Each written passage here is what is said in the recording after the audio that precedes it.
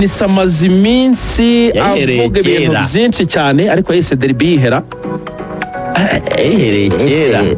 yahaye akazina no kuri match ya Singida yarimo ayireba avuga ati reka nyire ambition derby ambition derby niba kuri numva ako kantu ni hafi aho ngaho Gasogi na Rayon Sport rwose Kenisi yaravuze ati mushobora kuzagera gutya mukabona umuntu ararabye nge twaraganiriye arambwira ati abareyo ati bazafesinga urupfu ati sinzi niba ibyo bintu abantu babyumva ati kumubona urupfu rwose ukarubona ati mukarebana gutya mbona nkubona oya Gasogi yagize precision nimbe abantu benshi batangiye no kugira ikikango ariko kimwe mu bintu Gasogi United yakoze gikomeye no kugarura abakinyi bayo bari navango ni imfura za Gasogi barimo na kapiteni Gi wari muri Gasogi zamuka mu cyiciro cya mbere bagarure bankubana no kuvuga ngo bafite babakinyi bazi neza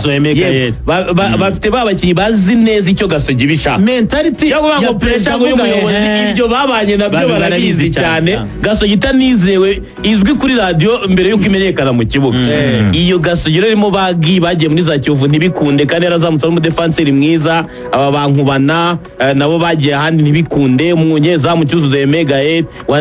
wanabuze gato ngaje no muri equipe nationale Amavubi kuko ari gihe bagiye kumuhamagara ibyangombwa biba biritambitse nekereza ko Gasogi nayo niratsindwa niba nibuka neza yatsinze match mwinganye ndi ntiratsindwa kuva championnat yatangira bivuze ngo ifite izo form kandi ari ukuntu Kenisa akunda kubivuga bikanamuhira kanatsinda abatsinze nekereza ko inama none ntabwo zabimwe inama zabaye ejo bundi kwa kane nyuma yo gutsindwa na polisi haba inama zitandukanye Gasogi yatsinze Rutsiro 3-2 inganya ubusa ku busa na Etincelle Rutsiro ngo ari match ikomeye abantu barebye match nziza bamuga no komasha ku kintu gikomeye cyane Samiri umuntu witwa Kocha Lotfi na Sebuje Famia no kwitonda Sebuje ninde mwenye nsuri inama y'inteko rusange kuba none hirya no hino ntiyumvisha amagambo abafana bitangarije turabyegeka kuri inde ati birabazwa nde rugangura ino interview y'umwaka reka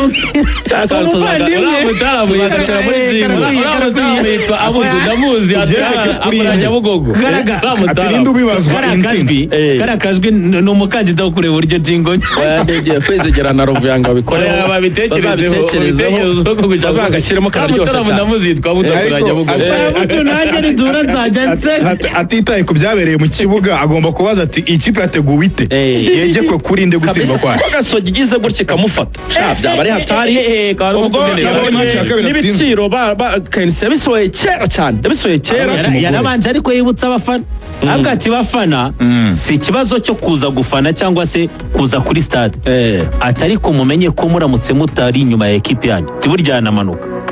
ati mutagira ngo ni ukuvuga ngo muraza muyifashe gusa yanamanukira abakeneye abazagura amatike kare rero ni 2,000 asigaye hose 3 muri regular VIP 7 VIP 15 uzatinda menshi 3 muri regular uzatinda akagura itike ku munsi w'umukino ni 3 5 10 na 20 bagure kare kundi niba ari amafaranga uzajya kurebesha match ku cyumweru uburi kuyabika ngo bigende cyumweru cyo saa 9 hanyuma kugura tike na akanyenyeri 662 akanyenyeri 700 akanyenyeri 6 urwego ikode rwo rwa mbere nayibona usubiramo akanyenyeri 662 urwego sorry akanyenyeri 662 akanyenyeri 700 akanyenyeri 6 urwego nayo nubwa mbere nyibonye cyangwa se mugaca kuri Gasogi /sync /events mukahita mubona amatike mwabonye ko se ntuze yatangiye utwitozo twa hato na hato two guterura utuntu duke Asumani Ndikumana ubwo ntagaboneka ariko kuri game yego ko aracyafite amezi abiri hanze amubazi Merisi aracyafite igihe kirekire hanze ubwo rero ni ibyo twaba ku ikipe ya Rayon Sport nanjye nekereza ko ibintu byayo menya bizajya biza nyuma ya match accent cyo kwibazwa umutoza Fahamia ari kuri pressure nkuko mwabivugaga ndabyibuka tuva Tanzania bavugaga ko ashaka no kudatoza match ya polisi ariko basa nk'ariyo bamuteze nekereza ko atsinzwe na Gasogi byabaye match ya kane wakoze cyane Samir